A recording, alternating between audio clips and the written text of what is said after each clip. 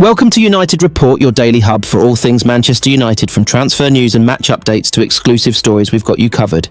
If you're a true Red Devil, hit subscribe and join the United family. Glory, glory, Man United. Manchester United are doing everything they can to land Bryan Mbeumo, but getting a deal over the line has never been easy.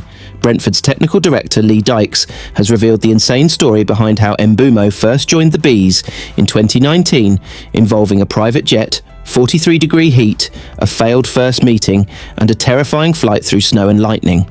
Now, with United's 60 million bid rejected, can they finally get their man? Let's dive into this dramatic transfer saga, past and present. It's not easy getting a deal for Bryan Mbeumo over the line. Just ask Brentford technical director Lee Dykes.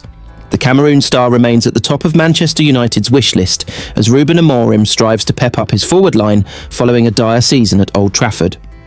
United have seen several bids, including a 60 million offer, rejected, but remain hopeful of getting their man, having already snared Matthias Cunha from Wolves. Brentford signed Mbeumo from French side Troyes in 2019, although their pursuit of the striker was far from straightforward. It was a big moment for Dykes, who had recently joined from EFL side Bury. I felt big pressure because I walked into a function where I was trying to take forward some of the good work that had already been done, he told the Bees website in December 2023. Coming into Brentford, I'd never really spent a lot of money. I'd always worked at League One and League Two level.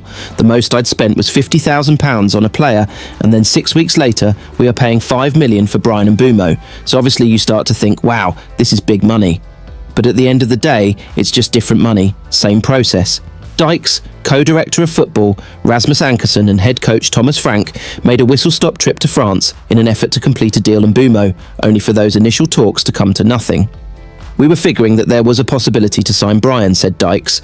We had cleverly sourced that information, having been told that he wouldn't entertain the championship. It became quickly apparent that we had to get in and out of France in a day, as Thomas Frank had his training commitments because it was near to the season starting. Where the meeting was going to take place, there was no airport close enough we could find from London or a route to do in one day, so we didn't know if we could make it work. I remember Rasmus just calling me up saying, I spoke to Matthew Benham, club owner, and he said he'll fire up a jet and we'll get over there at that point. I was just thinking, wow. But that's when I started to feel the pressure. I'd lined it all up with Troyes, as well as the agents that were involved, so me, Thomas and Rasmus got on this jet. We got there, it was one of the hottest days of the year. It had reached about 43 degrees Celsius when we landed. It was a 60-minute journey, and the air conditioning wasn't working in the taxi we got in. We had the meeting, spoke with the player, the club and the agent, but the deal broke down.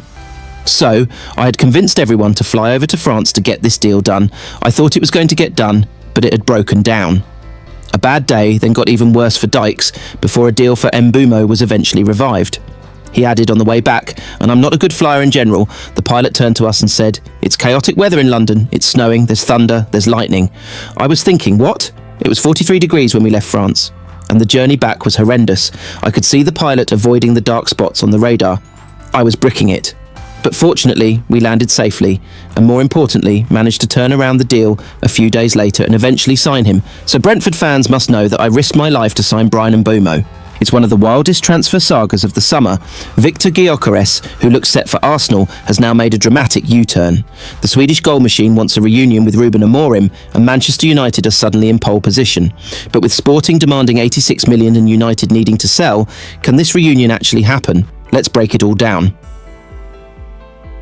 Victor Gyokeres has put Manchester United into pole position for his signature. The Swedish hitman has U-turned on making Arsenal his priority, reopening the door on a reunion with Ruben Amorim. Gyokeres, 27, is at the heart of the summer's messiest transfer saga. He is desperate to leave Sporting Lisbon, having scored 54 goals in 52 games last season. Gyokeres wants to test himself in one of Europe's biggest leagues, but hasn't found clubs rushing to knock down his door. Sporting insist they've not had any offer put their way, while club president Frederico Varandas has accused the player's agent of falsely claiming the club would accept 59 million to sell the player as part of a gentleman's agreement. The Gyokeres camp believes Sporting are asking too much money, with claims they're asking for fees totaling 86 millions for a player who has scored 97 goals in 102 games since moving to Portugal from Coventry City 2 years ago. As such, there's been a major falling out among the two parties and claims that Gyokeres won't return for pre-season. but Gyokeres isn't getting the interest he perhaps felt he would this summer. He turned down the prospect of a move to Saudi Arabia last month. Al Hilal made a 55 centimetre offer that was rejected by Sporting, but Gyokeres made clear he had no intention of moving to the Middle East, wanting to continue to compete in Europe. Real Madrid have made clear they don't want to spend big money to take him to the Bernabeu, as they seek a backup number 9 in the mould of former striker Joselu. Liverpool have been linked in recent days, but the Premier League champions have no interest in the Swede. Juventus have been linked, but the Italian side aren't flush with cash, and no bid has been forthcoming, while Bayern Munich have Harry Kane and Paris Saint-Germain boss Luis Enrique isn't keen, nor is his former club Barcelona. That has left Arsenal and Manchester United front and centre, and the belief had been that Gyokeres' number 1 choice was a move to North London. The Gunners can offer Champions League football and a likely title challenge next season. But while new sporting director Andrea Berta has been testing the waters with the Gyokeres camp and Sporting, Arsenal's preferred number 9 option is RB Leipzig's Benjamin Sesko. A 60-man positive deal is, at this stage, most likely for Arsenal and the RBL forward. As such, Gyokeres is increasingly aware that his best bet this summer may be to reunite with former boss Amorim, and intermediaries have made contact on the player's behalf to signal he is ready to join the Premier League underperformers. However, he may have to play a waiting game with United too. Matheus Cunha is already through the door at Old Trafford, and Bryan Mbeumo is expected next, but United must offload before they can spend big again.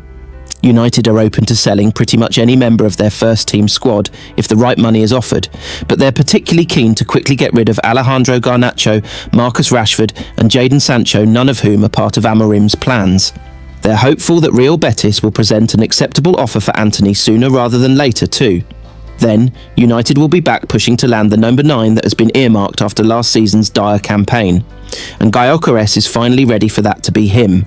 After being exiled by manager Ruben Amorim in December, he has not had a look in since, which prompted him to secure a loan transfer to Aston Villa. Despite scoring 4 goals and adding 6 assists under Unai Emery, Amorim is adamant the English winger will not be a part of his plans at Old Trafford, and is even willing to leave him behind from the squad's pre-season tour. Man United want to sell and have set a price tag of around 40 million to suitors, with the likes of Newcastle and Barcelona linked. Rashford, 27, has made no secret of his desire to leave, and last weekend openly spoke about the prospect of playing for Barcelona and alongside wonder kid Lamine Yamal. He discussed a position change to suit the Camp Nou outfit's needs and was full of praise for Yamal, saying it's difficult to put into words what he's doing because he's not supposed to be doing it at 16, 17. He's playing at the highest level. I don't think we've seen it. To have his mentality is a skill. Below, we look at the tactical details behind the potential transfer of Rashford to Barcelona and why both clubs and Yamal can all benefit from the deal. One of the most consistent strengths of Rashford's game has been his movement and ability to make decisive runs beyond the last man and to attack the space behind the opposition defensive line. When Rashford first came through at Man Ut under Louis van Gaal, he often played as a more dynamic centre-forward option. Gradually, however, Rashford moved over to play from the left of the attack, and in these areas he became less dangerous when breaking the line through movement. If Rashford were to move to Barcelona and play as the central striker, his movement in tight spaces, combined with the way he can explode from a standing start, will offer real value for Hansi Flick's side. This is especially true with Yamal playing from the right side of the attack. Despite only being 17 years old, there is a very real argument to be made that Yamal is one of, if not the best, player in the world. His vision and ability to find a pass when cutting inside on his left foot would be ideal in releasing Rashford. While Lewandowski has been one of the top strikers in football across the last decade and a top physical specimen, he has lost a yard of pace and sharpness, and his ability to make runs and create separation quickly has declined. The quality of his runs and movement is still there, but the athleticism to keep up with his brain has faded. This is where Rashford could make a lot of sense for Barcelona. His explosiveness and ability to make line-breaking runs would enable Yamal to make these passes with confidence. Rashford can create immediate separation from defenders and take advantage of his passes. His extra athleticism on the last line could be a crucial detail for Barcelona in their bid to retain the La Liga title and win the Champions League. Barcelona have a long-standing tradition of being extremely greedy with possession of the ball. Under Flick, they play an extremely high defensive line and look to force the opposition into deep defensive blocks.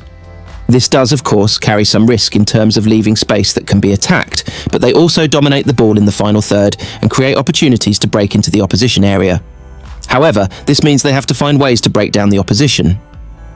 In order to do so, there are points Barca will cross from the wide areas, either through Yamal on the right or through Rafinha on the left.